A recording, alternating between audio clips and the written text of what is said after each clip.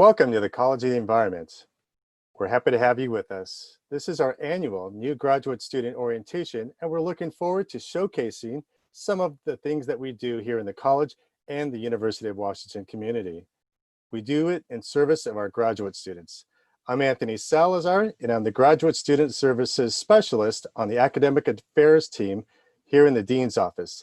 This is our favorite event of the year, where we get to welcome you to UW and the college. You'll hear a great deal of information from our campus partners, and please know that this session is being recorded and will be available to you shortly online.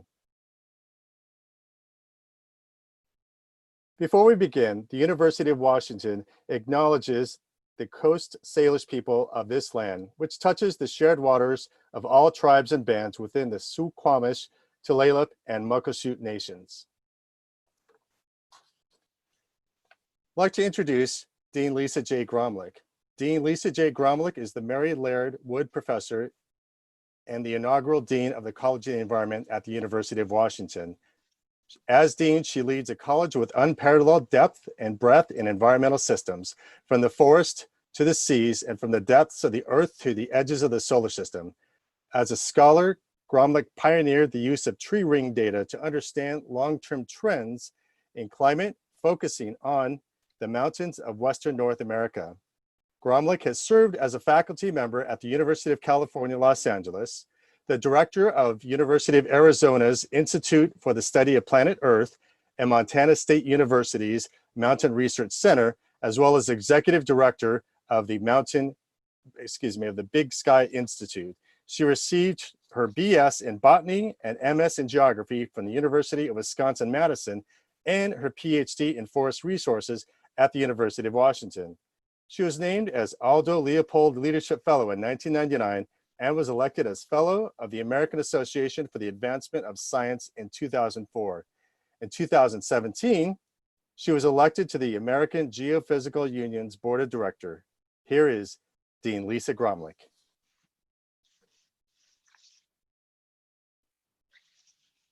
Hello, everyone. Thank you, Anthony, for that kind introduction.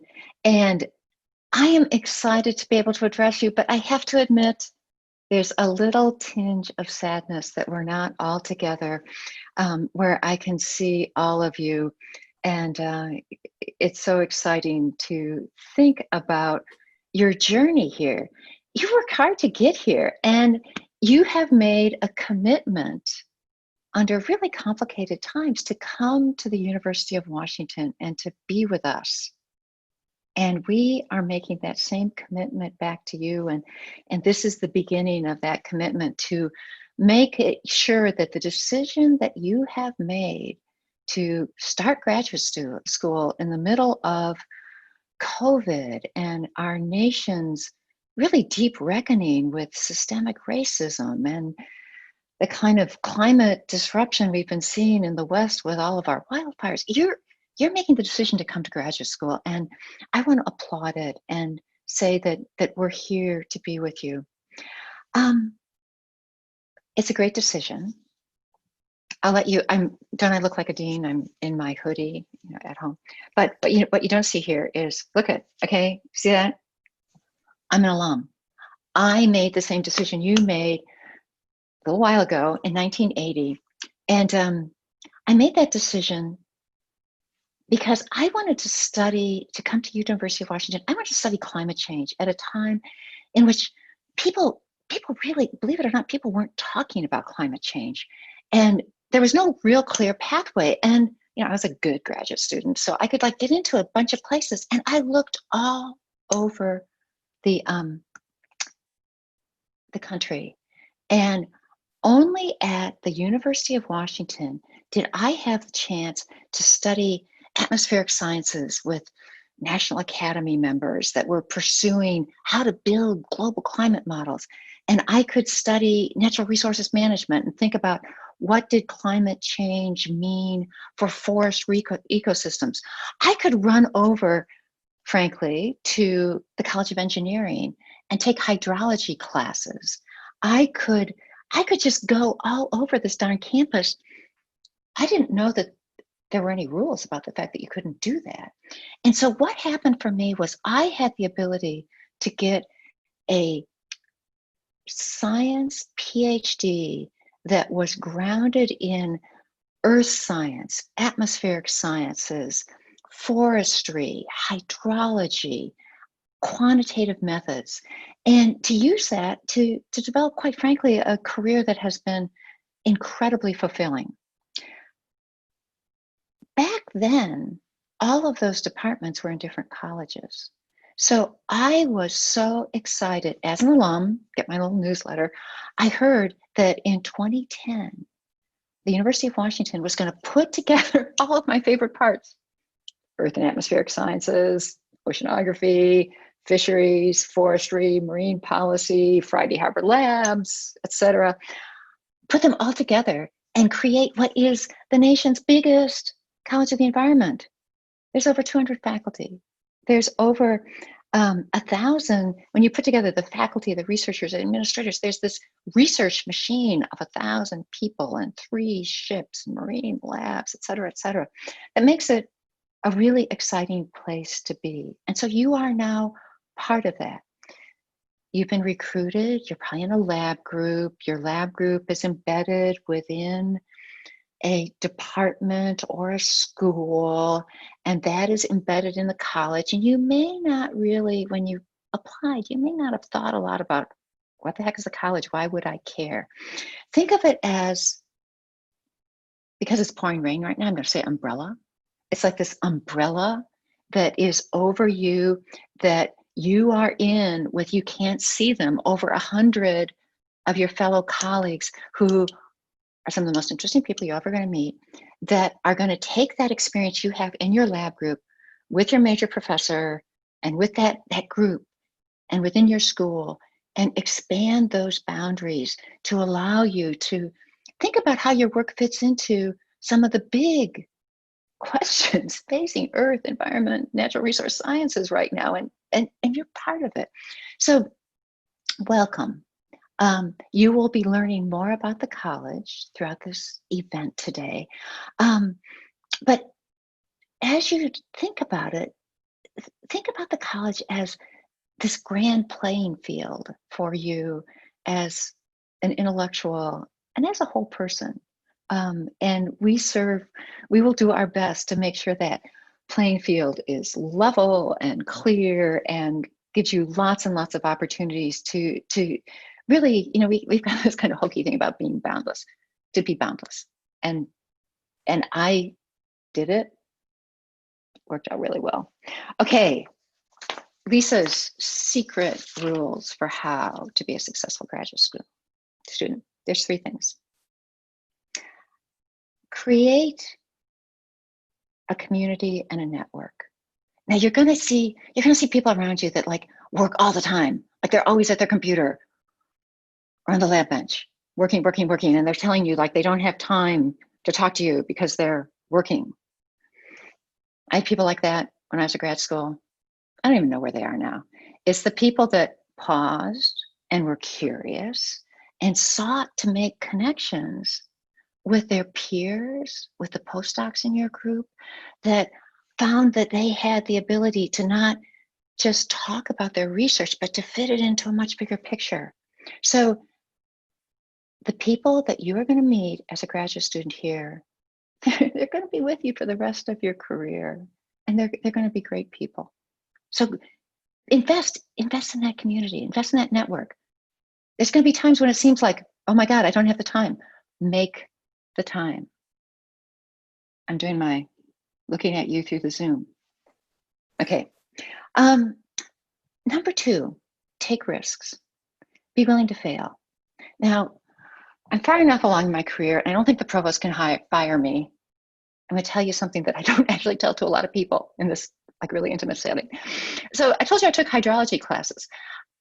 I didn't really have the right prerequisites, and I really wanted to know more about hydrology. And it was a graduate course that was really going to get at climate and hydrology and assumptions about stationarity and some really important things from a really famous guy. I took the class. I did crummy. I got a C in it. Graduate students aren't supposed to get C's. In fact, the C was kind of a gift. I was really not, I did not do well. I learned a lot about hydrology. I learned a lot about why it was that it was hard for scientists and engineers to talk to each other at times because of this real difference in culture. Turned out okay. So take classes or you're going to get C's, and I'm not saying that, but don't be scared to take risks, because sometimes it's going to be hard and it may not work out all that great, but you're going to learn something along the way. So remember that. And then finally, I'm going to say, I always, at these talks, Anthony can tell you, I always tell people to take care of themselves. I tell them to look for work-life balance, invest in friends and family, explore the incredible outdoors that we have here. But right now, you really do need to take care of yourself. These are difficult times. We are socially isolated. The onslaught of news is scary and disheartening. We don't really know how this COVID pandemic is going to play out. We don't know when we're going back to normal, and we know that normal will not be normal. It's not going to be the old normal. It's going to be a new normal. So take care of yourself, because we need you, because we're going to invent a new normal at this college, and you are going to be part of it. So welcome. I do look forward. I truly believe we're going to get to meet each other face to face at some point, and I look forward to that. And thank you for showing up at this virtual event. Thank you to my colleagues out there in Zoom land that organized it. And I wish you all the best. Thanks. Thank you, Lisa. I really appreciate that. I really get so inspired with you. I was looking down like, ooh, I'm getting a little goose flesh here. I just love hearing your words of wisdom, and I just really appreciate the words that you're imparting on our new graduate students. So thank you very much. I appreciate that. So let's move on. Really excited. So our guest today, as you see there in the screen, at UW Counseling Center, the Graduate Opportunities and Minority Achievement Program, as well as the Graduate and Professional Student Senates. We'll also see a video from our Title IX office as well. So first, I'd like to just explain a little bit about our DEI team, that is the Diversity, Equity, and Inclusion team. Here at the college, our diversity expands our collective perspective.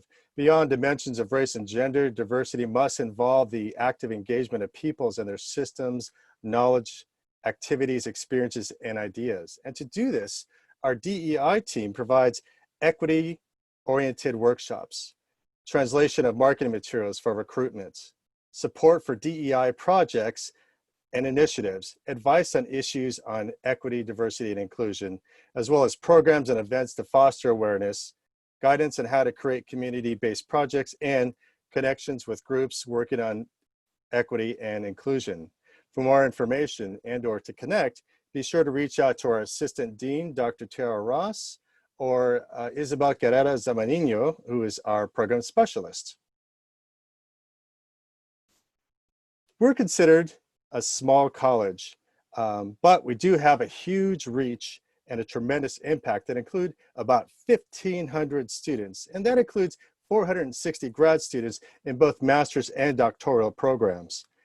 They're spread out over our 7 graduate departments. We have 17 exciting research and outreach centers and 70 labs, research groups, and cooperative programs that have created a tremendous impact for our local, regional, state, and global communities. And part of that research community includes the Climate Impact Group, our Friday Harbor Labs, our program on climate change, the UW Botanical Gardens, Earth Lab, and the new Cooperative Institute for Climate, Ocean, and Ecosystem Studies.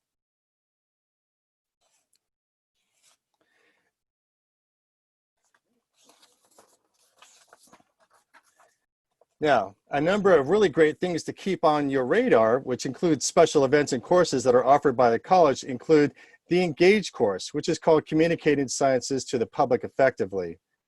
It's a winter course developed and managed by graduate students. And here you'll learn about ways to improve your science communication and have the opportunity to showcase your skills in a special platform during spring quarter. Next, we have the Amplify series, which provides discussions with faculty, staff, and graduate students interested in science communication and outreach. Each discussion focuses on a particular challenge. And be sure to look out for special trainings and special events from our DEI team from throughout the year. And finally, you want to check out the college and UW-sponsored public lectures. The first one's coming up on Wednesday, October 21st, beginning at 5:30 Pacific, focusing on mass awakenings, perspectives on nature, health, and humanity's path forward.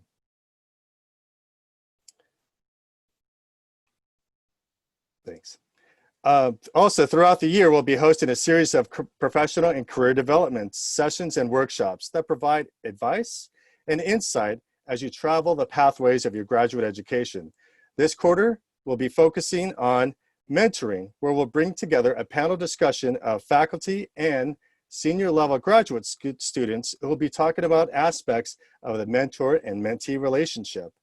Coming in spring, we'll be focusing on aspects of career development that look at exploring careers in environmental fields.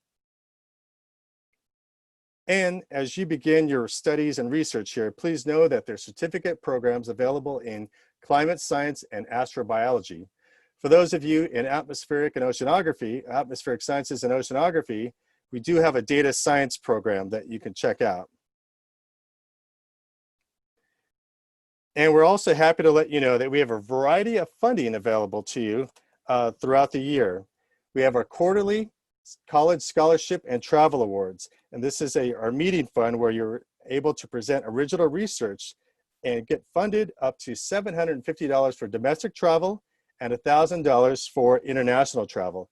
The autumn fund will open shortly with a deadline of October 30. Be sure to check your emails for more details. We also provide generous funding if you are in the area of genetic conservation or big data. Applications for this annual award will be accepted during winter quarter. Be sure to watch out for these announcements. Other funding resources include the Graduate Funding Information Service, which is a service offered by the graduate school and the library system. You can make an appointment with an advisor to reach out and try to find scholarship and fellowship information. And we'd like to point out that we have a program called the Research Exchange, which is a great collaboration between the University of Washington and other universities such as Caltech, Stanford, Harvard, and others in order to place PhD students and postdoc fellows to be matched with a researcher in their area of research at any one of these participating 9 institutions. And for those of you who will be RAs and TAs this year, hopefully you've had the opportunity to check out the RA-TA conference sponsored by the Center for Teaching and Learning. CTL promotes student learning by supporting and strengthening UW teaching. They focus on evidence-based teaching, building global classrooms, and sustaining equitable learning communities. Also next week, on September 30th and October 1st, the college will be holding a TA training workshop. This is a dive-in workshop that is hands-on and aimed at giving TAs practice in some of the essential skills needed to master teaching and mentoring in this online space. Some of these skills include writing and grading assignments, leading discussion, as well as creating an engaging and inclusive learning environment for all students. In this 6-hour, 2-afternoon workshop, TAs will have the chance to experience a set of learning strategies and the technology that we'll be teaching this academic year. And everyone will have the chance to practice these skills during the session. Check your email for more information and sign up using the RSVP form. And again, I'd like to thank our community partners for being here with us today. You'll hear a bit about each one of these programs before we finish up with a great graduate student panel discussion. Be sure to reach out to me if you need anything along the way. Just remember to pay attention to your emails from me and from the college. We're excited to have you join us and excited to help you through your graduate career here at UW. If you're on Facebook, be sure to join our Facebook grad group.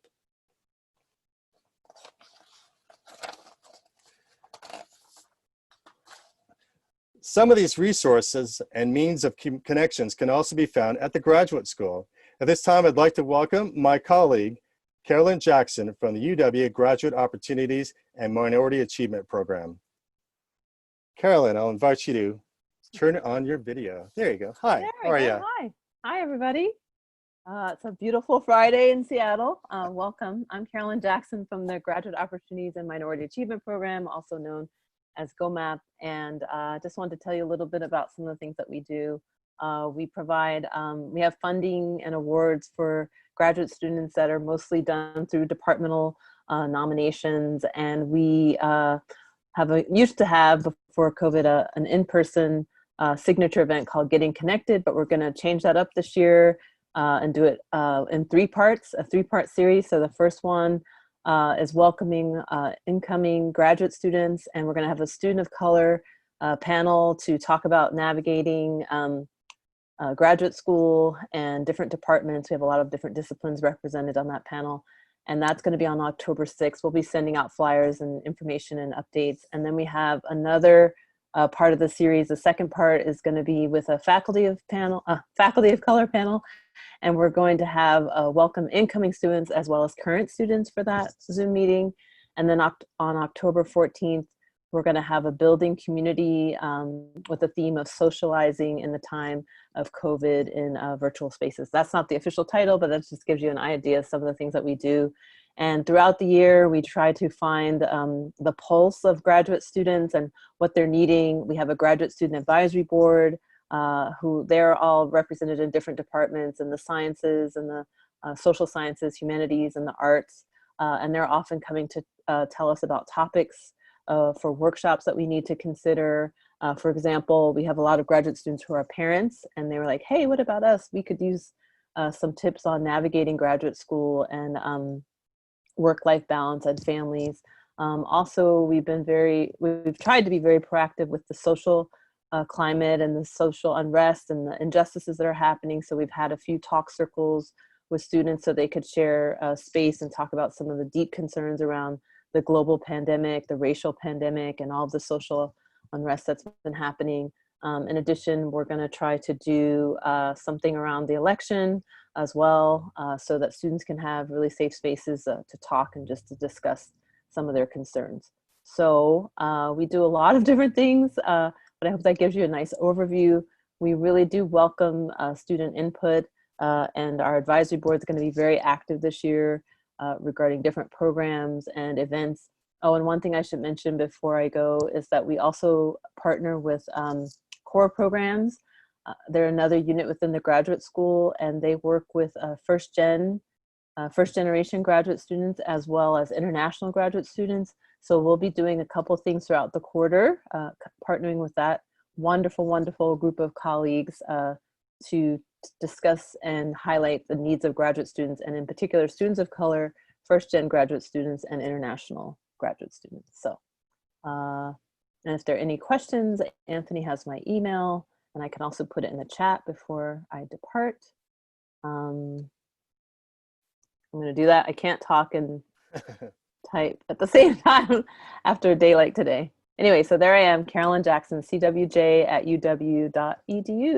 And welcome everyone. I'm trying to see everybody there, but how exciting, and congratulations and thanks for picking the UW. Anthony, did you have anything that you wanted to ask me, or are we good?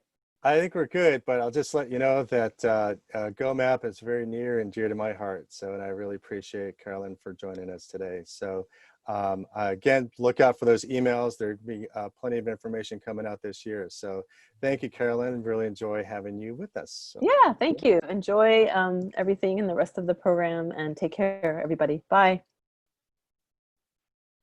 Okay. Well, thank you, Carolyn. So next, our guest is going to be Logan Jarrell from the UW Graduate and Professional Student Senate. He'll give you a little bit more of an overview about what the Senate is, but just know that you're being represented here in a number of ways. So Logan, please take it away. Yeah, well, thank you all so much for being here, and thank you to the College of the Environment for this opportunity to speak to you all. My name is Logan C. Jarrell. I'm a second-year student in the School of Marine and Environmental Affairs, so I'm from the college. And I'm the Secretary of the Graduate and Professional Student Senate, which I'm very excited to introduce you to today. So what are we? what do we do and why should you care about this? GPSS is the governing body that services the needs and interests of over 15,000 graduate and professional students here at the University of Washington, representing our piece of the university's shared governance system. We advocate for the needs and interests of our constituents on campus and at state and federal levels. We promote professional development and foster a sense of community and connection through our events and programming. We amplify graduate and professional student voices and experiences to ensure our shared values are upheld at all levels of university decision-making. We aspire to eradicate inequities existing within institutionalized academic settings that inhibit an equitable, inclusive community within our university.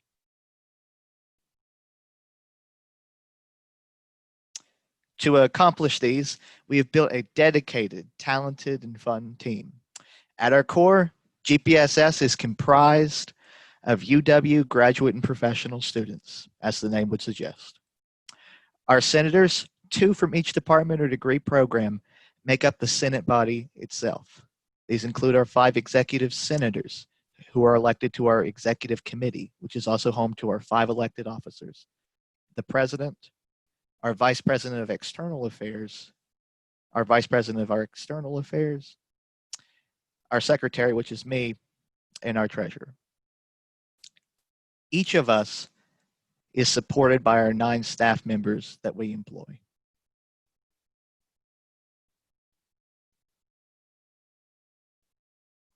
Sorry, I had a connection issue. This is a more detailed, breakdown of what this structure kind of looks like and how it fits together. Take note of the several committees in gold, most of which are open to any graduate and professional student, not just GPSS senators. It's something I'll get into a little bit later. GPSS has committed to remote operations until at least the end of autumn quarter, which required standardization of practices we first explored in the spring. Now that you've kind of had this brief tour of who we are, you're probably still wondering exactly what we do here on campus. One of the things we do is fund graduate and professional students, either directly from GPSS or by connecting them to other funds available at the university. Travel grants are offered to help students facilitate professional development through participation in academic conferences, which now includes virtual conferences. For individual awards, these cap at $300 for domestic conferences and $500 for international conferences. Our diversity fund are for graduate student groups that host events that celebrate or foster diversity at UW or the local area. Individual awards cap at $500, and the criteria for these awards is something that we are likely to broaden this academic year. Departmental allocations benefit students in a given department can be used for events or items, such as small technological updates to a common area or space that students use. Lastly, our special allocations are supplemental funding for RSOs, registered student organizations, to support graduate programming events. More information on each of these, including applications, more details on specific criteria, as well as deadlines, will be posted on the GPSS website. Another thing we do is provide students with the opportunity to advocate at the state and federal levels. Each year, the Legislative Advisory Board reaches out to graduate and professional students and builds our legislative agenda, which identifies what is important to all members of our community. Our priorities and needs differ from undergraduates, so it's important that we have a voice as well. Last year, we provided direct opportunities for students to voice these to representatives and other officials in the form of our legislative reception in autumn quarter and our Graduate Students' Day on the Hill in winter quarter, which was the first time we had held a graduate-specific lobbying day. Direct opportunities may be more limited this year, but our voices still continue to be important. Our efforts continue virtually, including via our involvement with the Washington Student Association. We are also working to get out the vote ahead of this year's general election, which has real impacts for graduate and professional education. Washington State's online voter registration deadline is October 26th. GPSS also hosts a robust set of events to foster community and connection throughout the graduate school, as well as to promote the professional development of each other. For instance, last year's Nightmare at the Museum featured free food, drinks, and festivities, an event that was hugely popular. We are committed to continue providing high-quality, fun events in compliance with state COVID-19 guidelines. Annually, we will host the Graduate and Professional Student Resource Fair, which is a gathering of several groups that provide resources for our community. This year we are going online, and these resources will be available starting October 1st. We also plan to host a welcome trivia night sometime in the near future.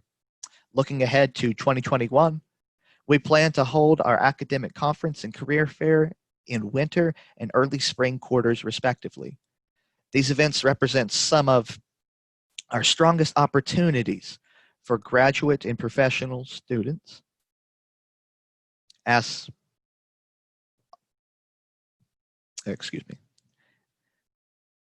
slide. Our GPSS committees play a vital role in the day-to-day, month-to-month support in making all of these a success. We rely heavily upon willing and committed graduate and professional students who want to make an impact to join our various committees. Outside of the three highlighted, these committees are open to all graduate and professional students. Our Legislative Advisory Board, as I've mentioned before, develops our legislative agenda ahead of winter quarters legislative session in Olympia and assist with lobbying, advocacy, and other student organizing efforts. The Equity and Accountability Committee, which may go by a different name very soon, awards diversity funds and collaborates with other campus diversity efforts and programs, as well as develops their own. This committee is being reinforced and restructured to better reflect the importance of this work. And we appreciate feedback on how it should continue to support students here at the UW. The Science and Policy Committee enhances the discourse between scientists and policymakers through advocacy and student empowerment. The Travel Grant Committee allocates $25,000 in travel grants to graduate and professional students for participation in academic and professional conferences. Our Arts Council advocates specifically for the arts and humanities, which are not always a priority in university decision-making. The committees only open to GPSS senators include our Elections Committee, which oversees our elections for our officers that'll be after me, so that happens in spring quarter. Our Finance and Budget Committee develops our annual budget and oversees those departmental and special allocations that I had mentioned earlier. And our Judicial Committee investigates and manages grievances concerning our internal workings, such as issues with our bylaws or grievances against officers or senators. In addition to the members of our internal committees, GPSS liaisons to external committees, groups, and boards are also vital to successful operations through their role in shaping policies that impact graduate students. As a liaison, you have the opportunity to advocate for graduate and professional students across campus in roles that vary in scope and interest. For instance, you may contribute to policies that impact transportation, create changes in diversity, equity, and inclusion, or even impact how our technology and activity fees are spent. Your perspective matters. We encourage you to share yours as a liaison. Our GPSS meetings are every other Wednesday and open to the public, just like all of our committee meetings are. Under normal circumstances, we would have snacks, and I do hope the snacks return in the near future. Meetings will be on Zoom presently. They are normally in the hub, the Husky Union building. These are the primary setting we conduct our official business, such as passing resolutions on behalf of graduate and professional students. This slide says our first meeting would be on October 7th, and that was the plan until today. It looks like it's actually going to be October 14th. I apologize, that was something that happened within the last couple of hours. And this meeting on October 14th is going to be designed to be approachable for anyone, including people with no student government experience. You're always going to be welcome at these meetings, and you're always going to be welcome at GPSS. Some of the goals we have at GPSS this year include increasing student representation, especially from our international students, and potentially helping the Bothell and Tacoma campuses make sure that they have representation there. Enhancing community within GPSS, something that is especially important in our current moment, this moment where we're all virtual. Prioritizing equity and accountability, creating significant changes to its namesake committee.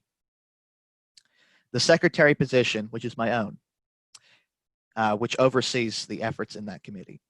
In other areas of GPSS to correct what has been somewhat of a historic blind spot for us, although we're not alone in the university in that. Improving accessibility within GPSS by removing barriers that impede participation of non-native English speakers, as well as our students with disabilities. If any of what I've described to you today aligns with your interests and values, I invite you to join us. I implore you to reach out. We will get you plugged in. To recap, the ways that you can get involved are attending Senate meetings, which are hosted every other Wednesday at 5:30 p.m. Becoming a liaison, representing graduate and professional students on university committees, groups, and boards, which you can contact Aaron Yard, the GPSS president, about. Joining a GPSS committee with those 5 that I listed out on the other slide: Legislative Advisory Board, Equity and Accountability, Science and Policy, Travel Grant and Arts Council, being open to all graduate and professional students. Becoming a senator, which is something you can speak to your graduate program advisor or myself, the GPSS secretary, about, including if you don't know who the senators for your program or department are. And attending events, with our first opportunity being the Graduate and Professional Resource Fair that goes live on the 1st. Please feel free to reach out to us at any time. Like I mentioned, we've committed to remote operations, so email is going to be the best way to reach us. We will continue to update our website with information on our events, resources, and opportunities, as well as our social media accounts. Great. Thank you so much, Logan. I really appreciate that. And folks out there, our audience, I just want to let you know GPSS is an incredible institution here at the University of Washington, and it certainly invites you to just pay attention to those emails coming in and get involved as appropriate. Thank you, Logan. Really appreciate you being with us here today. Oh, it was a pleasure. Thank you. So next up, I'd like to welcome Mandy Liu from the UW Counseling Center. Mandy, if you could turn on your video. Yeah, hi everyone. Thanks for having me. Can you still hear me okay? Yeah, just fine, Mandy. Thank you. Great. Go ahead. All right. Well, again, my name is Mandy. I'm a therapist at the UW Counseling Center on the Seattle campus. I'm here to talk with you a little bit about some of our services and have a little bit of time toward the end to invite you to ask any questions that you may have. So currently, all of our services are available via secure Zoom. And so oftentimes the first point of entry into our system to receiving our services for students is a one-time consultation. And this is a time when you're able to kind of call us. And this is something that another exciting thing that we're rolling out this fall is actually online scheduling. That's going to be coming around week 2 of the quarter. And so with a one-time consultation, you can either schedule your appointment over the phone, or when the online scheduling becomes available, you can schedule an appointment with one of our therapists and to have that one-time consultation to talk a little bit about your concerns. And this is something that even if you're unsure if our services are going to be a good fit for your needs, don't hesitate to reach out and schedule an appointment to talk with us. And so the appointment typically is able to then what usually students come out of that appointment with is typically some some recommendations along with a plan in terms of whether it be, kind of getting you connected to more services or kind of working out some kind of a self-care plan. And then one of the things that can be determined at the end of that meeting is potentially, engaging in some referral services. So we have a pretty good database. We maintain a pretty good database in terms of particularly for a lot of kind of local services in the greater Seattle area, for especially for those of you who are interested in maybe participating in ongoing mental health services, and we can kind of really help point you in the right direction in those ways, help you match with a provider who takes your insurance. Even if you're maybe further away, not currently located, don't plan on being located in the greater Seattle area, there are still some things that we can kind of help you navigate and get connected with still in terms of referrals. And that can also include medication referrals, since we don't provide kind of services around medication. We also offer a number of different group therapy options, and this is something that because of kind of time limit, and then also because our group therapy options can change from quarter to quarter, I would strongly encourage you to go to our website and look at the most current group therapy options that are available. And typically the way that you kind of get into that is also typically through that first time, that one time a consultation to kind of see if this is something that would be a good fit for what your needs are. We also offer a number of different skill-based types of workshops that are available. To give you a couple of examples, like this upcoming quarter, we plan on offering some workshops on self-compassion and communication, things like that. Again, I would encourage you to check out our website to really look at the most up-to-date workshop offerings for this quarter. Another thing that we offer is short-term individual, kind of this one-on-one short-term therapy.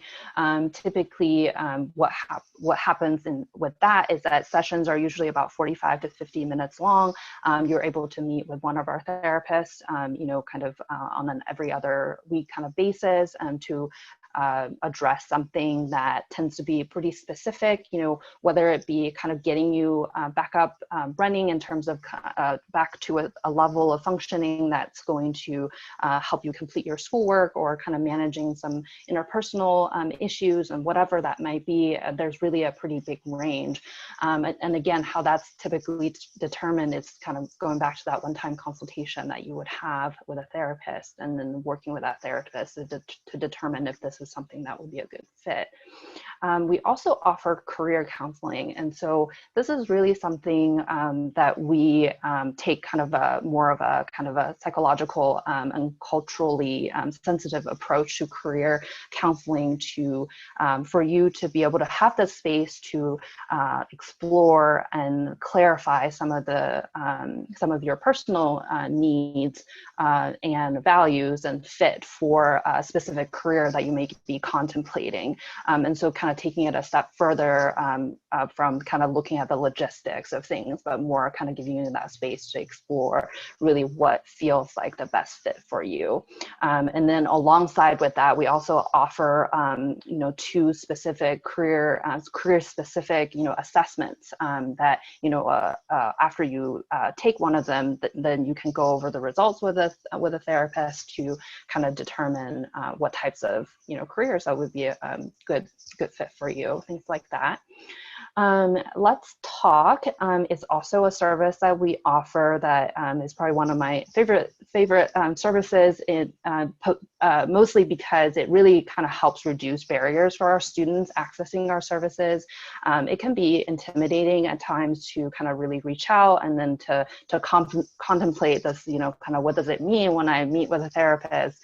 And so with Let's Talk, how it works is that there are a few times during the during the each week of the academic quarter, of an active academic quarter, when several of our staff therapists will be available for kind of a brief drop-in types of consultation. And this is something that you can access, remotely wherever you are. And you can just go to the UW website and then type in the search bar, "Let's Talk," and it should be the first result that pops up. And then that page will have all the information in terms of the time and how to access this. And this is something that is not, it's not counseling, it's not it's not kind of a clinical service, but more so to just give you an opportunity to kind of to be able to see, what talking to a therapist is like, and and talk a little bit about our services, and talk briefly about some of your concerns, and have our therapist point you in the right direction, whatever that might be. Or just if you just have some specific questions and wanting to get some resources, that would be perfectly reasonable kind of use of this service.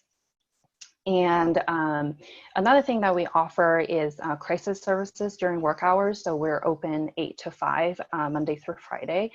So during this time period, if you're experiencing a crisis and feel that talking with a therapist about your issues is going to help you get through that, please feel free to call us. And our even if you're unsure about this, our front desk staff is well trained and equipped to be able to kind of walk you through that process of, like, if this helping you determine if this is going to be a good fit for you. And we can go ahead and go to the next slide.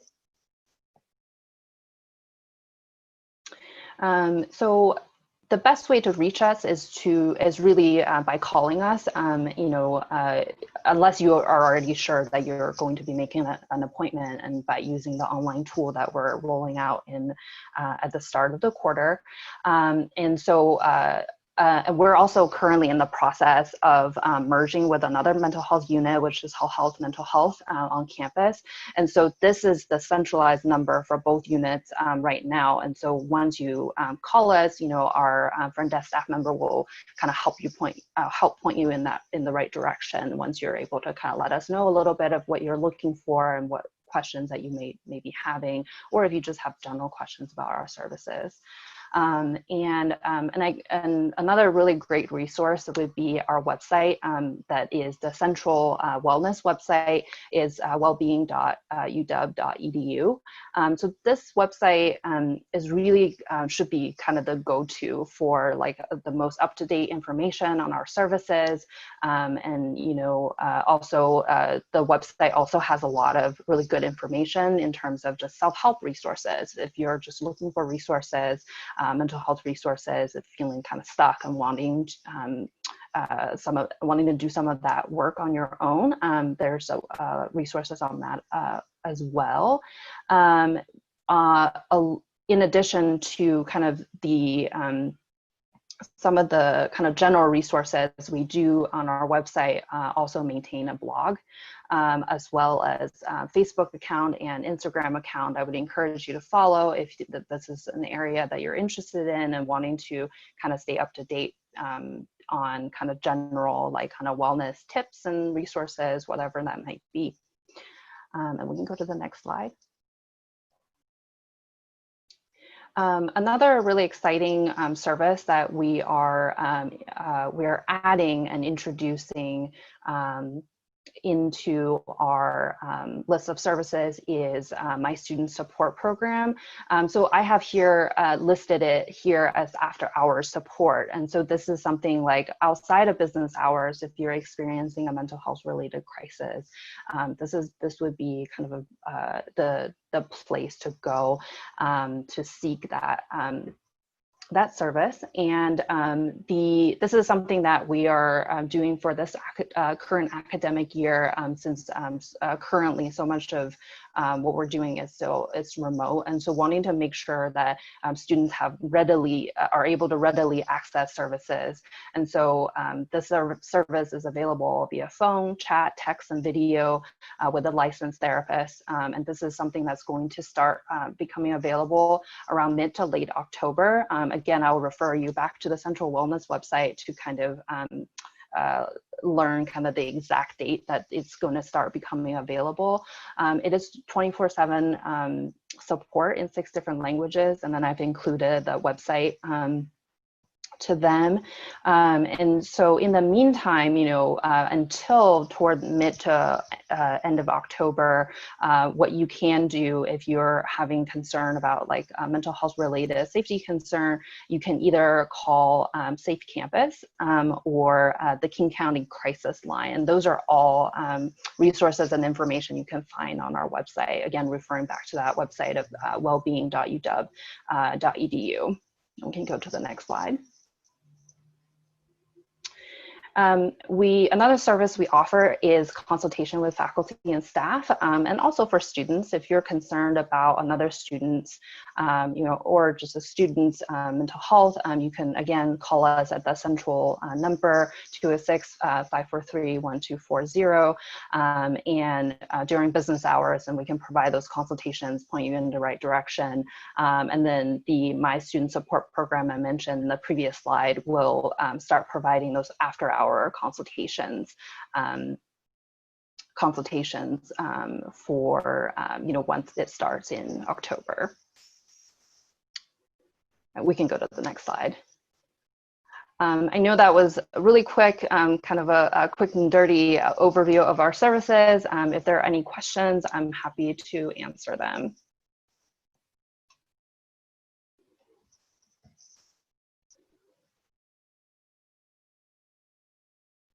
You can go ahead and put your questions in the Q&A right now, folks.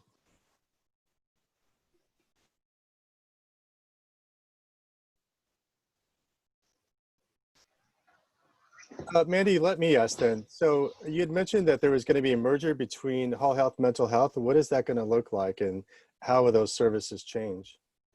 So that's a great question. In terms of services, there really aren't going to be any big changes. We're just as dedicated to serving our students and providing the best mental health care services. And part of what will enable us to do that is by merging the 2 units, because oftentimes it can create confusion for students of like, which one do I call? Is there a difference? And what are the services available? Mm-hmm. So by combining the 2 units, we're really able to have access to all of our resources and all of the availabilities that are in our system. And so now when students go, kind of call us for services or go online to schedule an appointment, it's expanded. It's not it's taking away that that extra step of trying to figure out like, where do I go? What are the differences, and to be able to then go straight to what's available and what would be the best fit in terms of service. Great. Well, thank you. I appreciate that. Yeah. Okay. Any questions from our audience? Again, just go ahead and populate that. There we go. We got a question here. Let's see. I'll ask this to you, Mandy. Mm-hmm. Do you work with people who don't have a specific issue in mind, but rather just want to talk to someone about how to maintain their mental health? Okay. Yeah, that's a great question. That it kind of depends, it depends on, because sometimes sometimes folks come in, maybe they don't necessarily have anything specific in mind, but has been kind of managing something, but kind of feeling like maybe something isn't quite working as well as they would like to. And so this would be a process where you're able to kind of work with a therapist to figure out maybe there is some underlying mental health concerns. And then if so, like kind of how do we address that? But if there is something that is a little bit more general of like maybe there isn't necessarily something that's not quite sitting well with you, it's something that we can still work with you to kind of consult and talk a little bit about maybe see like some of your options and work through some of that with you. You know, I think one of the things I often tell people is that when in doubt, just reach out to us and we'll work with you. We work with, you know, and this is something that we want to kind of reduce those barriers and invite you in, and be able to help support you in whatever way that feels helpful, especially in this kind of current time of, you know, we're definitely working with a lot of grad students struggling with kind of that sense of kind of losing motivation or kind of whatever else may be going on.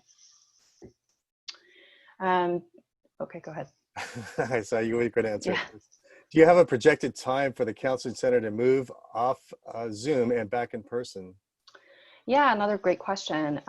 Thanks for that question. So currently, we don't have a projected time, simply because we're following kind of the health recommendations, as you can imagine, kind of sitting in close quarters with people in an enclosed space, you know, such as kind of this therapy setting, can pose a lot of health risks for those involved. And so at this point we don't, but if you are in need of kind of in-person services, we're still able to kind of work with you to find where there is availability, maybe in the community or around you, to get the support that you need. Great, thank you very much, Mandy. I really appreciate that. The Title IX office at the University of Washington carries out the objectives of Title IX through a coordinated system of initiatives, programs, and services that collectively protect educational access, advance gender equity, and prevent and respond to sexual harassment, sexual violence, and gender discrimination. They've prepared a 17-minute video for us called Addressing Harassment and Discrimination. Please watch.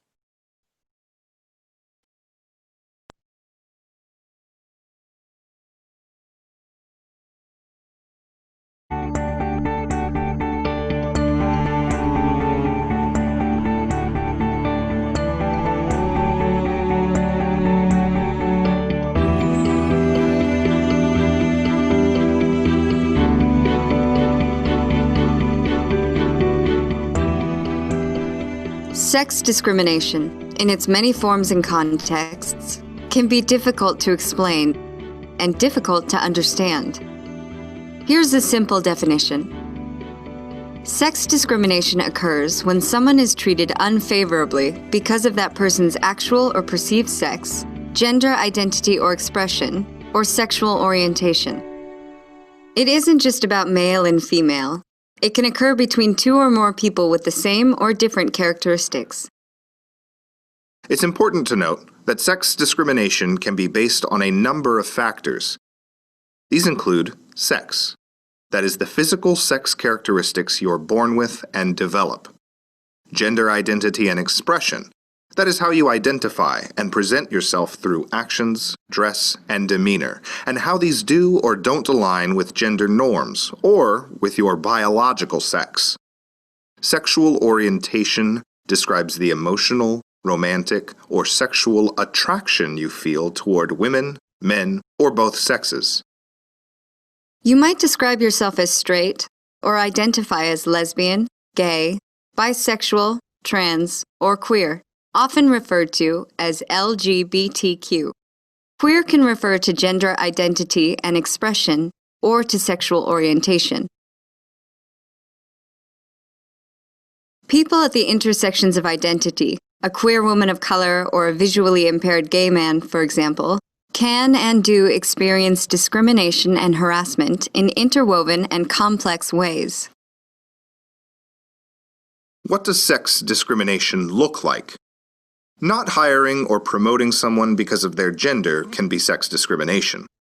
Acting on a belief that women are more suitable for certain jobs or fields of study, or that a man's role as husband, partner, or father justifies a higher salary can be sex discrimination. Setting different performance standards for employees because of gender, or providing different work assignments or opportunities can be sex discrimination.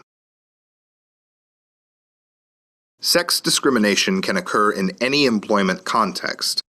This includes decisions about hiring, firing, pay, promotions, layoff, benefits, and any other term or condition of employment.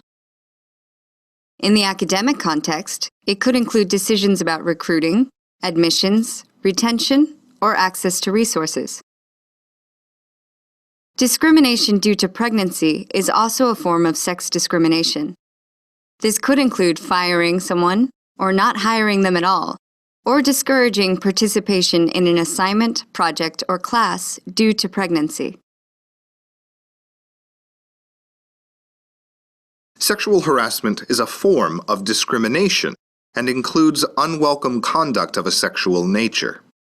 It is conduct that an individual did not invite and that adversely affects the employment or academic experience, or creates an intimidating, hostile, or offensive work or learning environment. Although there is no definitive list of behaviors that constitute sexual harassment, examples include physical contact, such as touching, hugging, blocking someone's way, or other violations of personal space. Verbal behaviors, such as jokes, slurs, innuendos, or comments which mention or imply sexual behavior or sex. This includes repeated requests for dates or requests to engage in sexual activity. Nonverbal behaviors, such as suggestive looks, gestures, or staring. Displaying, showing, or sending suggestive pictures, images, or text. This includes in-person or electronic communication methods, such as text messages, social media posts, or emails. Extreme forms of sexual harassment include sexual assault and stalking, as well as relationship, domestic, or intimate partner violence. Gender-based harassment can include any of these behaviors, but may not be sexual in nature. These basic definitions and examples are useful as a starting point. However, sexual harassment is complex, so it's important to understand the nature and circumstances of such conduct. The more severe the conduct, the fewer number of times the behavior must occur to be considered harassment. For example, a single incident, such as one act of sexual violence, could be sufficiently severe. On the other end of the spectrum, a pervasive pattern of jokes or comments can amount to harassment. Although the effects of sexual harassment are usually negative and unwelcome, sometimes a promotion, a desirable work assignment, or an opportunity to conduct fieldwork is offered in exchange for a sexual act or relationship. This offer of favorable treatment, whether accepted or not, is still sexual harassment. Situations involving favorable treatment can arise when there is a real or perceived power differential in relationships. For example, between a senior and junior faculty member, a supervisor and a subordinate, or a teaching assistant and an undergraduate. If sexual harassment is unwelcome conduct, then what about when the conduct is welcome? Even consensual relationships that begin in the workplace, classroom, or lab can be a problem. An employee who engages in a romantic or sexual relationship with a student or colleague can create a conflict of interest, either actual or perceived. The romantic or sexual relationship can cloud professional judgment and decision-making. For example, when evaluating academic status or progress, or providing career references for a student, or when hiring, evaluating, or promoting an employee. Sexual harassment can also occur when employees and students are outside the workplace, lab, or classroom, at conferences, trainings, social events, in service learning, study abroad, or fieldwork experiences. At the University of Washington, students and employees often work together in remote or challenging locations. Intense working conditions, limited external communication, social isolation, and different cultural norms in foreign locations might create an environment where sexual harassment can and does occur. Given the complexity of situations where sexual harassment can occur, how do we know when it might actually be happening? If you notice a change in someone's behavior, avoiding certain colleagues, not engaging in workplace activities or academic functions, calling in sick more frequently, or not coming to work or class at all, these can be signs of a problem. You may be thinking, if someone was uncomfortable or offended, wouldn't they say something? Maybe. Well, a person who has experienced harassment certainly can say something to the individual responsible for the behavior or unwelcome conduct. That person is under no obligation to do so. There are reasons why someone might not speak up. A power imbalance might make them afraid that speaking up would adversely affect their career opportunities. If the conduct is part of the work or learning environment, they may remain silent or play along just to fit in. They may fear retaliation for raising a concern or reporting the behavior, or they may believe that nothing will be done if misconduct is reported. If confronted, people engaging in harassing behavior might say things like, "Lighten up," or "I was just teasing.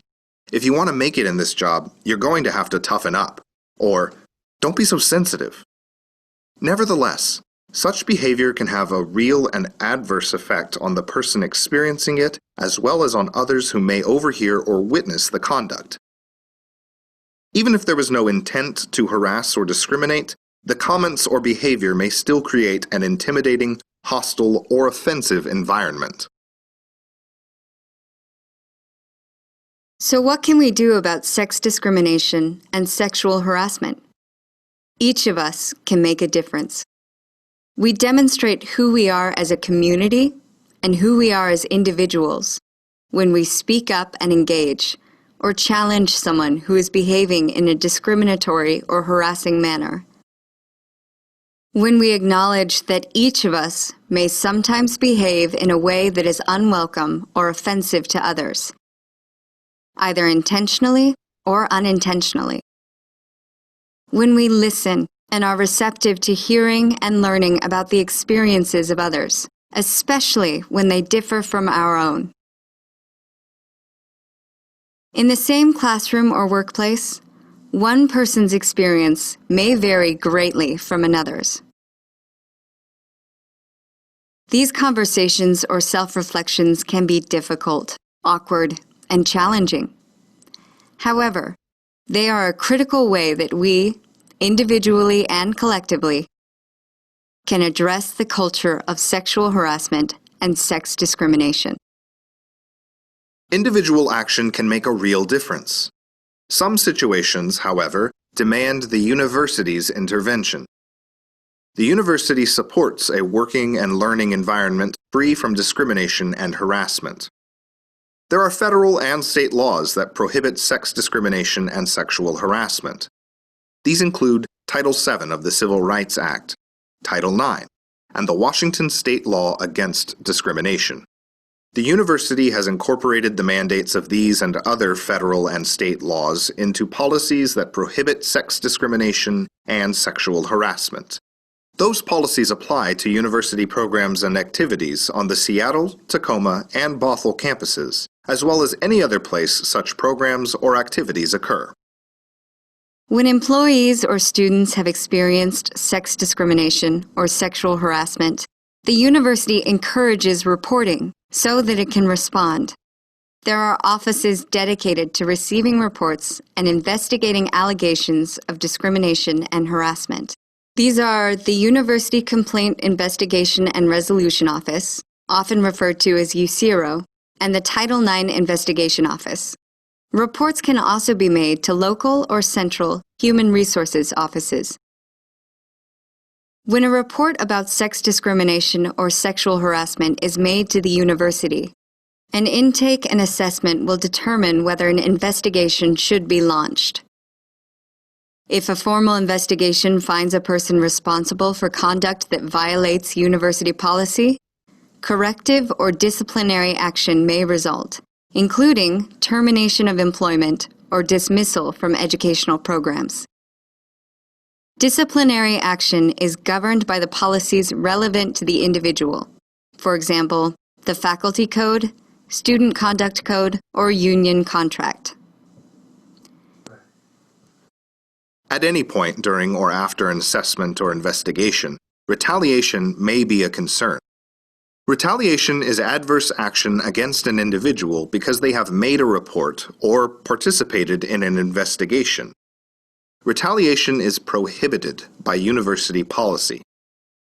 Retaliation can include unwarranted corrective action, a negative performance evaluation, or even being fired, unfair treatment in a class or lab, or an unearned poor grade or academic evaluation, treating the affected individual in a hostile manner, or encouraging others to do so. Retaliation can occur in person, or involve the use of social media or other electronic communication.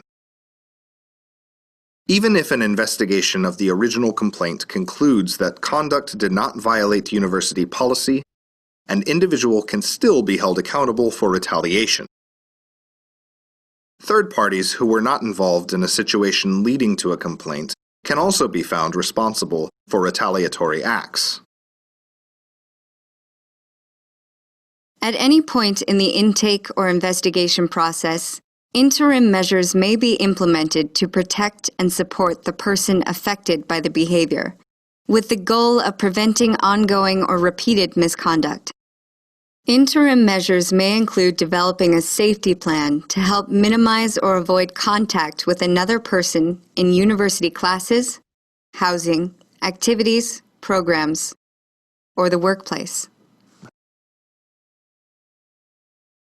There are many resources available to support students and employees who have experienced discrimination or harassment.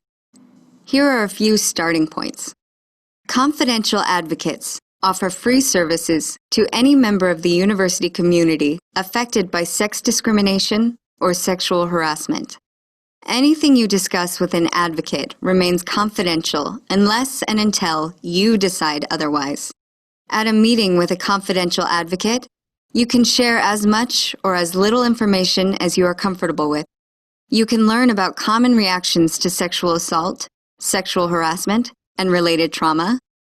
You can discuss how to practice self-care and heal through counseling, support groups, and other resources. You can discuss reporting options and request interim measures. And you can learn about other available resources in your local community. Safe Campus is the central office designated to provide support to employees and students with concerns about their own safety or the safety of others. Safe Campus operates a helpline available to university community members wherever they are located, 24 hours a day, 7 days a week. Response specialists can address concerns regarding sex or gender-based harassment, sexual assault, domestic or intimate partner violence, stalking, or any other threat to personal safety. The university's Title IX coordinator can assist members of the University of Washington community with concerns or inquiries regarding any Title IX related matter. Resources are also offered to those who have been accused of discrimination or harassment. The university's discrimination website provides information on these and other resources, as well as additional details about reporting options and information on how to support a student, colleague, friend, or loved one who has experienced sex discrimination or sexual harassment. Sex discrimination and sexual harassment aren't just abstract concepts. They happen to people every day. People you know, people you pass by, or sit next to in a classroom, workplace, or lab. While the University of Washington maintains policies and processes to address misconduct, you and every member of the university community can do something to stop sex discrimination and sexual harassment.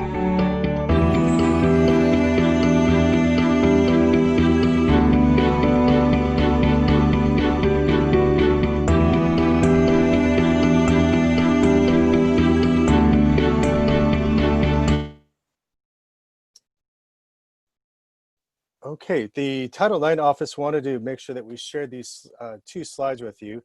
The Title IX office offers confidential support and maintains, next slide, and maintains a support and response protocol. Again, these slides and video will be available online shortly. So our last segment is our graduate student panel discussion. We're very excited for this panel discussion.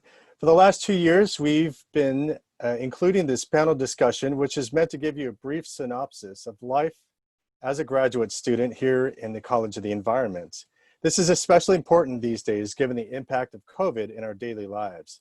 With us today is Kimberly Yazzie from the School of Aquatic and Fisheries Sciences, Brian Pellich from the School of Environmental and Forest Sciences, and Hannah Glover from the School of Oceanography. Our moderator is Dr. Tim Essington, Professor of Aquatic and Fisheries Sciences and Director of our Quantitative Ecology and Resource Management Program. Tim, take it away. Hey, hi everyone. Yeah, so real quick, I'd thought we'd do just a quick introduction of our panelists. We have a couple of questions we've written in advance that we're sort of anticipating. We'll go through those, and then what I think we'll do is have people use the chat for the second half of the panel, which is to pose questions for the panelists. So real quick, as Anthony said, I'm a faculty in aquatic and fishery sciences. I've been here since 2003. I've been graduate program coordinator of either the fisheries program or quorum since 2012. So I've been pretty engaged in graduate student education. Okay, and then how about I'll just go in order that I see. Hannah, do you want to introduce yourself next? Sure. So I'm Hannah. I am starting my 5th year of grad school in the School of Oceanography. I passed my qualifying exam, so I'm officially a PhD candidate and will hopefully finish within the next couple of years. And I study marine geology, specifically sediment transport. How about Kim is next on my monitor. Hi everyone. Yes, I'm Kim. I am Danae Navajo from Northern Arizona. I'm a grad student in aquatic and fishery sciences. I study stream and landscape ecology. Yes. Great, thanks, Kim. And then off to you, Brian. I'm Brian. I'm a 3rd-year PhD student at CEFS. Before that, I did my master's at the School of Marine Affairs, and I study public lands management, policy, and governance. All right, great. So the first question I want to throw out to the panel is, Well,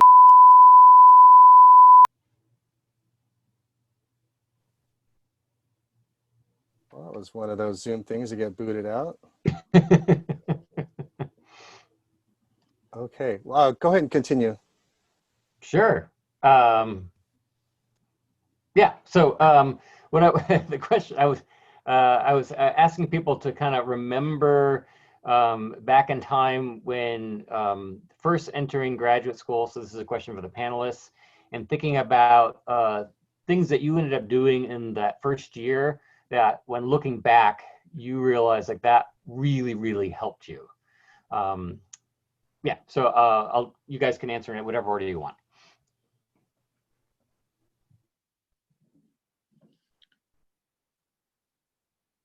I can go. This is a tricky one, I think, for the COVID situation, but really stepping out of my comfort zone and meeting as many other students and professors and going to as many lectures and evening events. It's surprising how many people you come back around 2 or 3 or 4 years later, and knowing them really is massively beneficial. And it's also just nice to see familiar faces.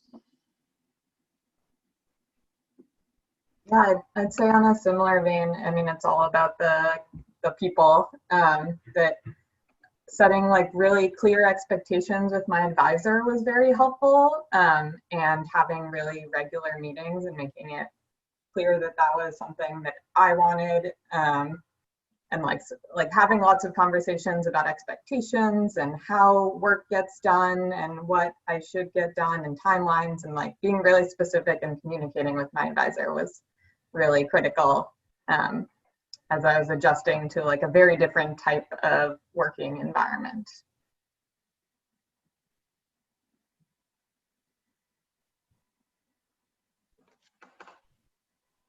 I think you muted, Kim. Thank you. Yeah, for me, one of those things that's been helpful is that first year sitting down before the quarter and coming up with a file naming scheme, coming up with a file directory for my desktop, for my computer, something that I will stick with. And there are times when I name a document file A, and then file A1, file A2, so it's been really helpful to come up with the naming scheme early on, something that I will go back to and remember.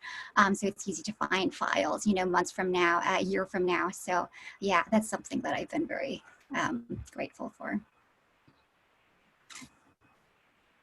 Great. So I guess maybe to reflect back, what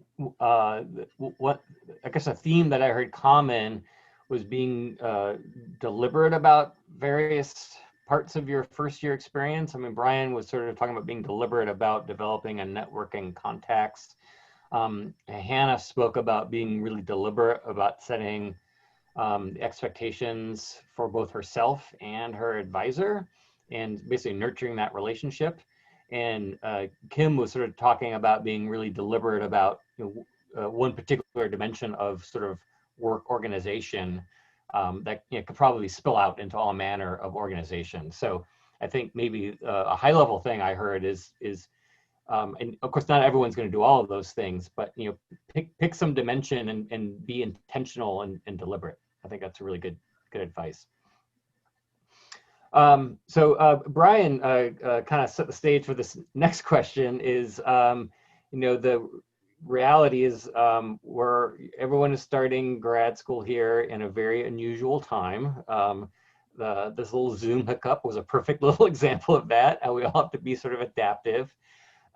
So I wanted to ask the panelists, what have been your strategies thus far of dealing with all the complications, whatever that might be, of not being able to come into campus, be in your office on a regular basis because of COVID? And then maybe we'll go Hannah, Kim, then Brian this time. Perfect. Yeah, my biggest piece of advice was to make yourself a home office, and whatever that means, so that you can define a work-life balance, so that when you walk away from your work, you're actually walking away from your work. For me, that means that I work in my laundry room, but it also means that I can set up a space that's ergonomically good, because I almost immediately noticed that I was having terrible back pain from sitting on the couch back in March. So take care of yourself, take care of your body, and take care of your personal time as well.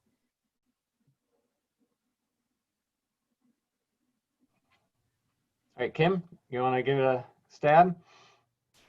Yeah, I agree with what Hannah said.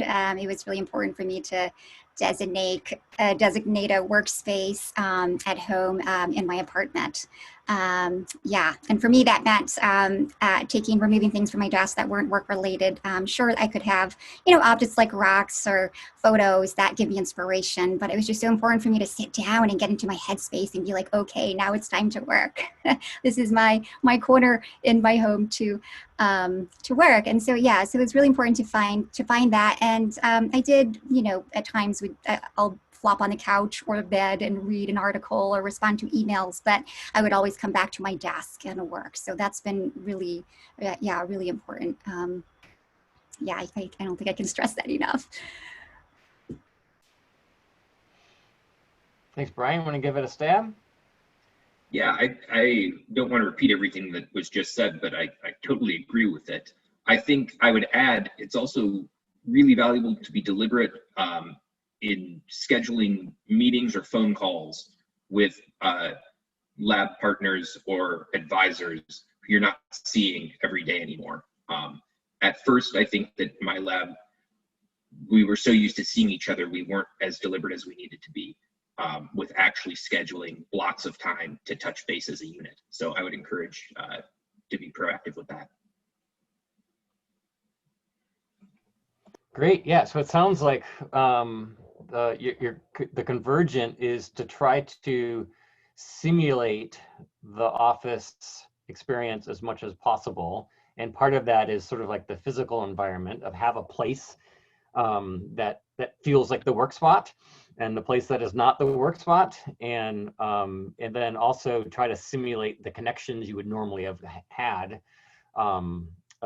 in terms of bumping into people in the hallway, chatting to your office mates, so whether that's a formal worky meeting, whether it's game night, whatever, trying to recreate some of those things. Great. Okay, so this is a perfect segue. So what are your recommendations for these 77 bright incoming graduate students on how to maintain some work-life balance, or actually a lot of work-life balance, and in just generally taking care of one's mental, emotional, and physical health, especially given the context that everyone's in, but also maybe think beyond the first COVID year in terms of what also is just important in general. We're going to go Kim, then Brian, then Hannah this time. Yeah, so work-life balance is, very important, critical. It's, I think one of the things that helped me was to be critical of my engagements, to know when to say no, know when to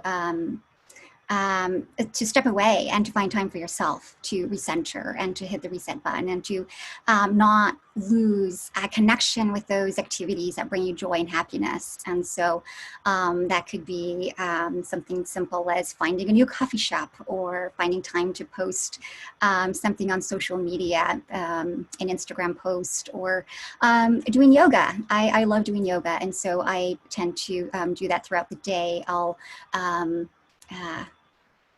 do some yoga in the morning or in the evening.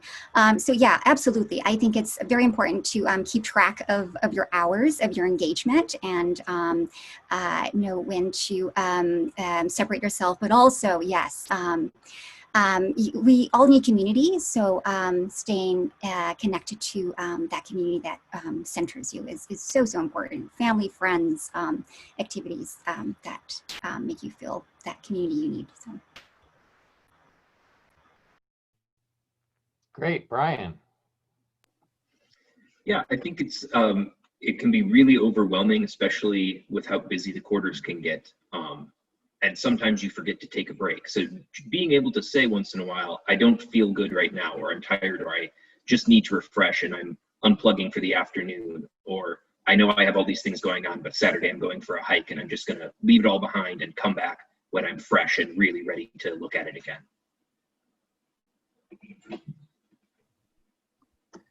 Yeah, I'm going to build on what Tim and Brian have said by being a little bit specific about coursework in your first year, which is, it's like really hard you're all overachievers, you're going to grad school. It's really hard to not do perfectly on your homework or to try to give like 110%, but truly your grades do not matter. That like really, I cannot emphasize it enough. You should not be working all of your hours and like working yourself to the bone to get your homework perfect.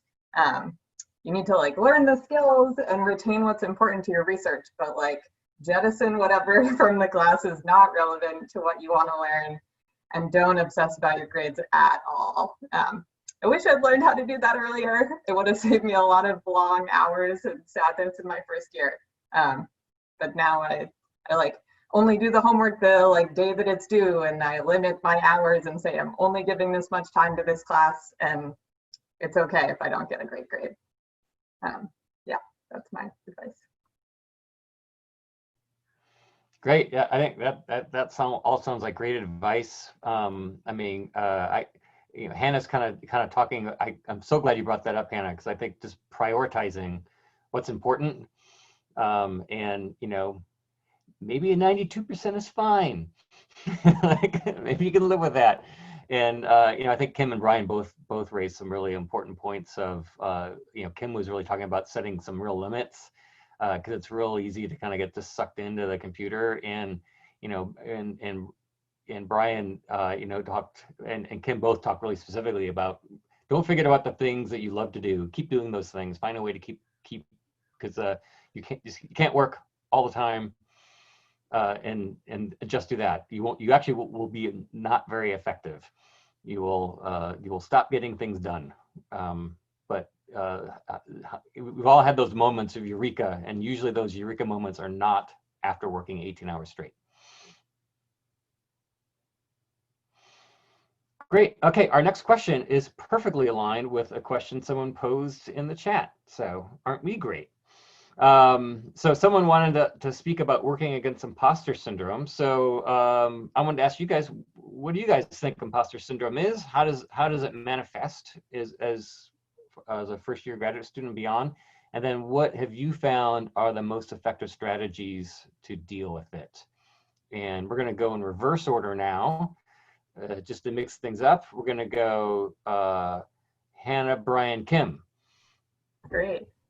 So in general, imposter syndrome is this idea that like that you don't actually belong because you've just been faking it until you've reached a point where theoretically everyone's so much smarter than you, but in reality you're really smart, and that's a falsehood in your mind. And I think there are two things that I would say to that. The first being that it's really helpful to talk to your peers.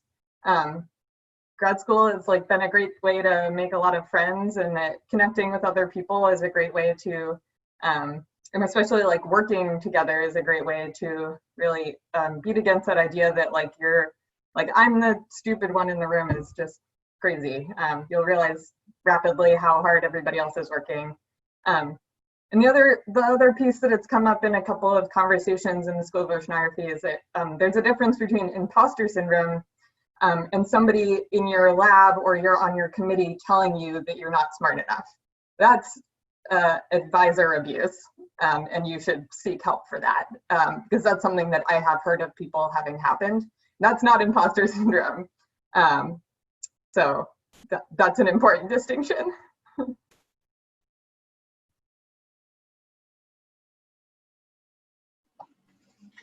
Yeah, I think one of the challenging things, especially when you start off, is that there's a steep learning curve, and if you come in with those feelings already, then school can sort of make you feel that a bit more. What I found helped me was to remind myself that it's all right that I don't know things. That's why I'm in school. The whole point is to be here to learn the things I don't know. So that I found that helpful, because in the beginning I would overwork to compensate for not feeling comfortable, and that was a bad strategy. So if you find yourself overworking or stressing too much, you might not necessarily be actively saying I'm an imposter, I'm not fit for grad school. It manifests in small ways.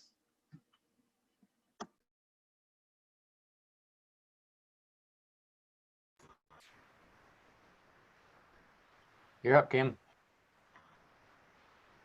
Yeah. So imposter syndrome. I absolutely, it can manifest itself, and ways that I've dealt with it is I remind myself that I'm constantly evolving. I'm not the same person I was when I started my program. and that I'm not the same person a year ago after taking all the courses I've taken and the tools I've added to my toolbox. I've also found comfort in my mentors and network and believing what they tell me. I avoid saying, well, wow, did I really write a decent proposal? Believing my mentors and finding inspiration from that connection I have with my mentors and network has been really helpful. Yeah. That's great. Thanks, all three of you. Those are really thoughtful reflections on your experiences. Just a couple things that really stood out to me. I thought Hannah made a really important point is distinguishing imposter syndrome, which is very internal, versus someone on your committee not supporting you. It's a very different thing. And again, thanks for raising that. And the other, I think, key theme that kind of went about that is just kind of putting that feeling that you don't belong a little bit more open. So talking with your colleagues. So I heard a lot about that, and also just asking your mentors how you're doing. And as Kim says, when they say you're doing great, believe them. Like, why would they lie to you about that? Really, really, really good advice for everyone. Okay, so those are our pre-baked questions. We've got a handful of other questions that have come in. Two of them are kind of similar, so I'm going to bundle them if that's okay with you guys. It's basically how to start building networks, and then thinking about COVID, and then sort of related to that, what's the best way to actually contact a faculty, how to get that conversation going. Let's see, this one will be Brian, Kim, Hannah this time. I'm sorry, can you just reiterate? There was kind of a lot in there. What is the nugget? I guess there's basically how to build networks, and then how do you start making connections with faculty? Like, how do you start reaching out to faculty that maybe you want to work with or have on a committee or something like that? Okay, thanks. With faculty, I think it's really important to remember that faculty are here because they love what they do, and they're excited to talk with students. They're also very busy. So you may have to reach out more than once via email, but gentle persistence is a very effective strategy. I know one member on my committee, I was certain had no interest in being part of it. And then when we finally sat down and had a discussion, they were thrilled. They just, get 1,000 emails a day. So don't be discouraged if you don't get an immediate or quick response, especially in COVID times when everything is done on the computer.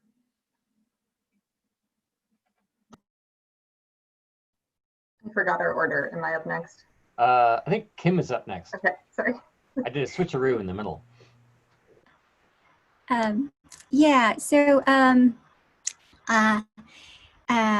So the way I guess one of the ways I started building my network was taking courses outside my department.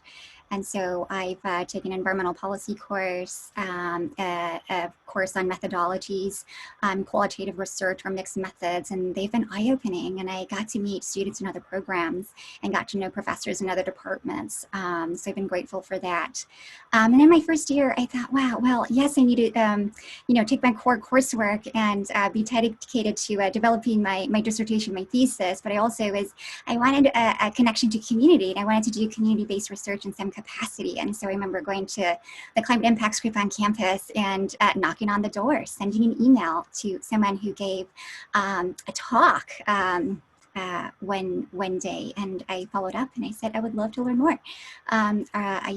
And started this conversation, and then since then I've gotten involved with work with the climate impacts group. So I encourage branching out and taking courses outside your department and getting to know students in other programs. So. Yeah, I think that Kim and Brian have pretty much covered it, but I think in general, faculty are really excited to talk, especially if you have like a specific research question. It's a relatively informal communication here. People go by first names, which like I come from the East Coast, and so that was a change when I first got here. And so like, yeah, reach out via email. You don't have to like make it super formal. And yeah, go to different seminars or take a class outside of your department. I think networking is something that sort of like happens gradually. So it doesn't all need to happen right now in your first year, but just slowly connecting with people, it'll happen. Great advice. Yeah, it seems like I guess a couple themes that I really heard is think of networking as a verb that is slow and steady.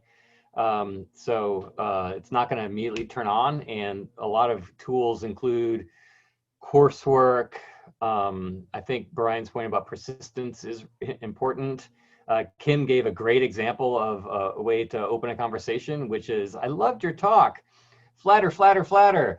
That's gonna increase your probability of response pretty quickly. And I would agree with the sentiment that that everyone shared is working with graduate students is one of the funnest parts of at least my job. Yeah, so I'm always really excited and interesting. I usually learn a ton when I work with students. Okay, I think we have time for one more question, and we've got a question asking, are there student campus organizations that you recommend getting involved in? And I think this will go, I already forgot. Freestyle, whoever goes first.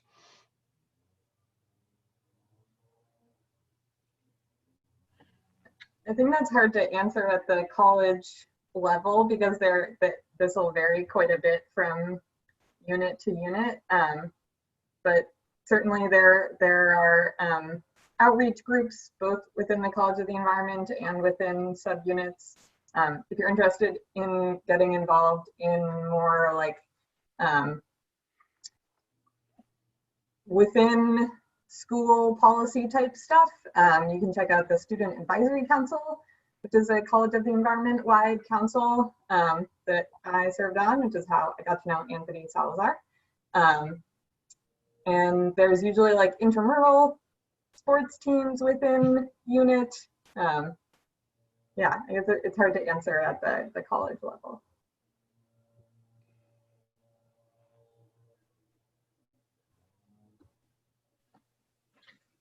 Yeah, I'd reiterate, I also served on the Student Advisory Council, and I thought it was a great opportunity personally just to learn about the college administration process. But also a lot of the schools, especially CEFs, so if you're from CEFs, we don't tend to represent very well at the graduate level, so there's opportunities there. And then also any of the other interdisciplinary groups, the Climate Impacts Group and the PCC, there's so much interesting work that happens in each of the schools at the College of the Environment, and we don't always get to see what's happening in the other ones. So any opportunity to kind of look at another school's research is always going to be really rewarding and interesting.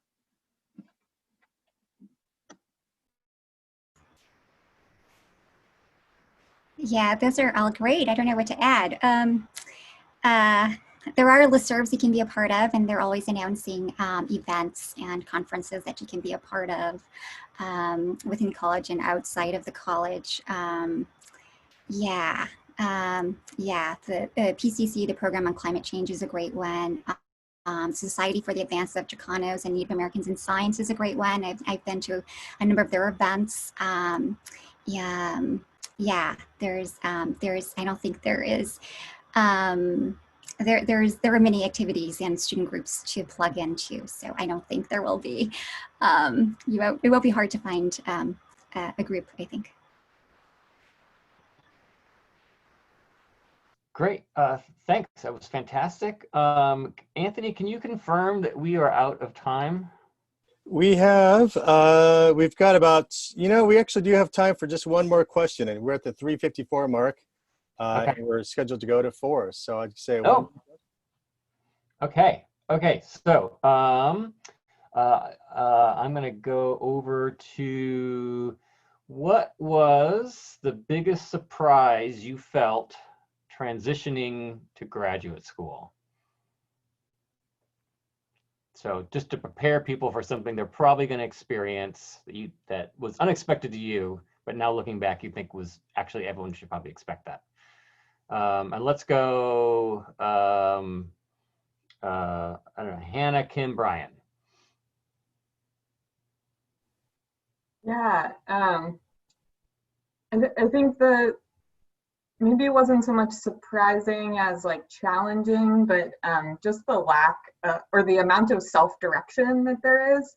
Like it really, you can decide where you want to go and how much time you're going to put into any given activity, which is a lot of freedom and it's really cool, but it's also like really hard to figure out, especially in the beginning. So it might take a little bit of time of experimenting and trying different styles of working hours, where you put your effort, and also like how you set goals for yourself, whether you need to set like really big picture goals or you need to set like lots of tiny deadlines. It was a hard learning process.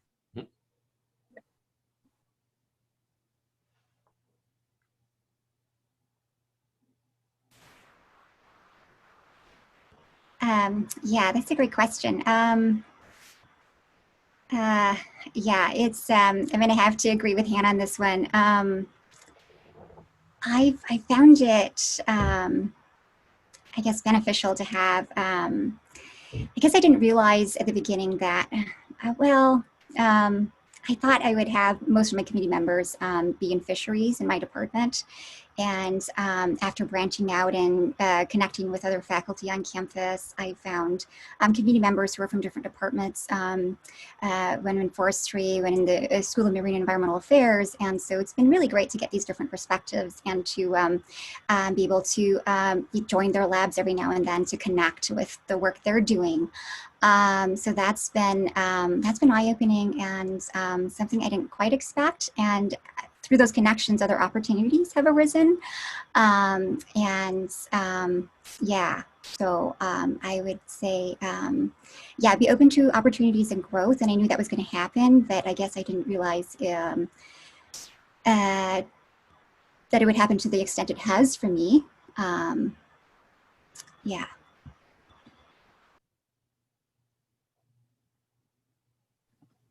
I think one of the things that was most challenging when I started, and is still challenging, but I've gotten better at, is how many hats you wear. Whether that's jumping straight from a ecology class to a policy class, or putting down your personal research to go in TA, or whatever it is. We often have to transition 2 or 3 times a day and many more times throughout the week. So building good blocks where I can just focus on my work is crucial for me, so that I can put that other thing aside and really make some progress in a reasonable amount of time.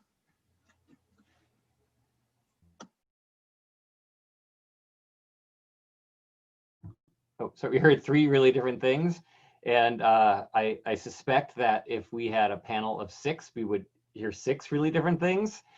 So maybe the lesson is it's probably not going to go exactly the way you thought. And it's all about adaptation.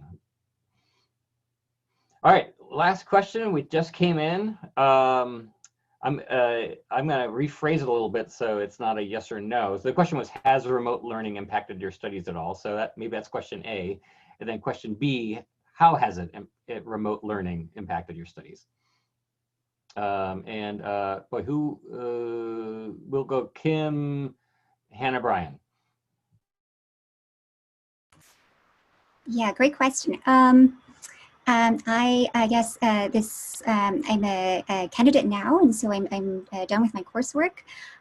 So it hasn't quite affected me, I guess, coursework-wise, but I think there has been a number of ways in which I could keep learning. There have been webinars and talks, almost to the point of I feel a bit overwhelmed at times. And I'm like, wow, there's a talk next week. 4 of them that I would like to tune into. And sometimes I find myself, maybe when having lunch, I'll tune into one, or when I'm doing something that doesn't require maybe 100% of my attention, I'll tune into a talk and then do my analysis or do my research. So in that way, I feel like I'm, tapping into a community and growing, I guess, by tuning in and learning in that respect. But as far as coursework goes, yes, it quite impacted me much. I did TA in the spring, and that was quite interesting. We had to move course material that would have been in the lab in the field to online. And so I ended up recording a video of myself setting up a sampling method in a park. And that was a great experience. I guess those are just a few to share. Yeah, I'm sort of in the same boat where I don't really take classes anymore, but I've had to transition to online teaching, which is, there are a lot of great resources if you are TAing in your first quarter that can help you be a good TA through the online teaching team, which I think Tim is a member of. And so there's lots of resources out there. It's my one bit of advice for, like, if you are taking a class, because I've noticed when I'm sitting in seminars, if I have my email open, then I'm not paying attention to the seminar. So we try to make the classroom as classroomy as possible. And that might just mean like turning off your phone and your email during class. Other than that, it's just like setting boundaries and taking care of yourself and making sure you're still getting exercise and not burning your eyeballs out staring at your computer for too long.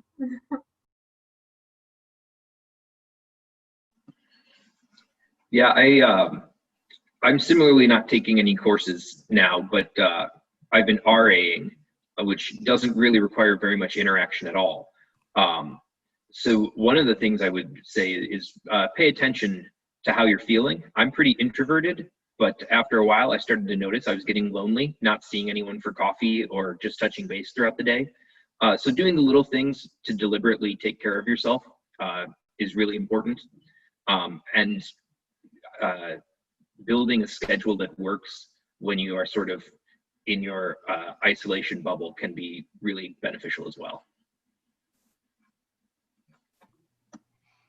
Great, fantastic timing. It's 4:02. Everyone in their homes, applaud loudly for our amazing panelists. Thanks, Kim. Thanks, Brian. Thanks, Hannah. That was really, really great. Thank you very much, Tim and Kimberly and Brian and Hannah, for your energy and thoughtful answers. I hope that our participants here take away from this session something that's insightful and educational and interesting. Before we leave, I want to ask you a favor, folks. If you would, at the bottom of your screen, there's a polling function. We have several short questions we'd love to get your input on. Please take a moment to fill out the poll. Thanks. So we'll just stay on for just a couple of minutes while you fill out the poll.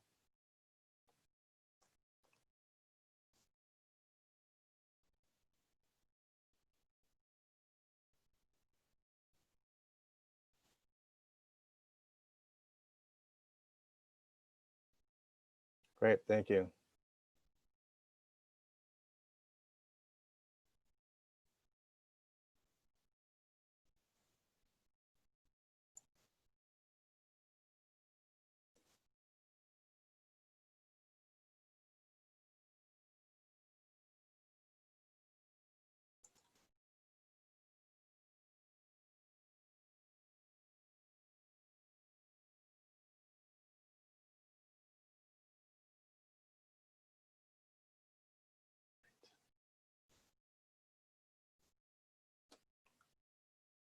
Okay, well, we're ready to say goodbye now.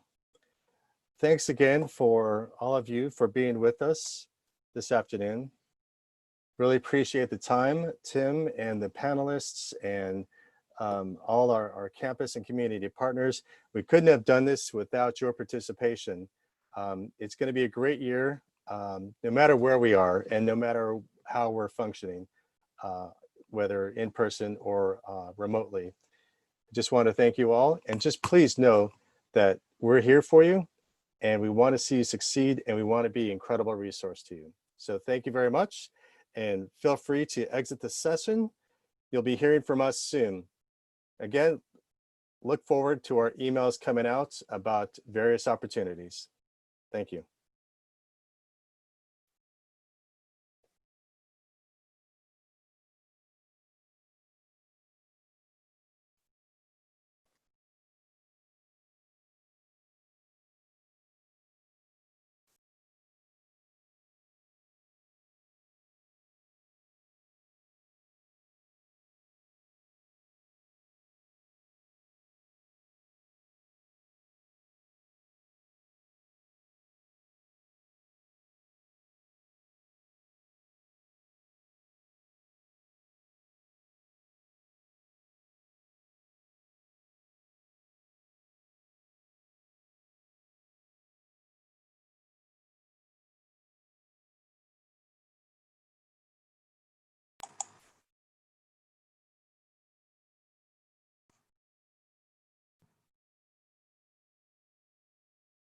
All right, we done. Greggy, do you want me to hit stop recording?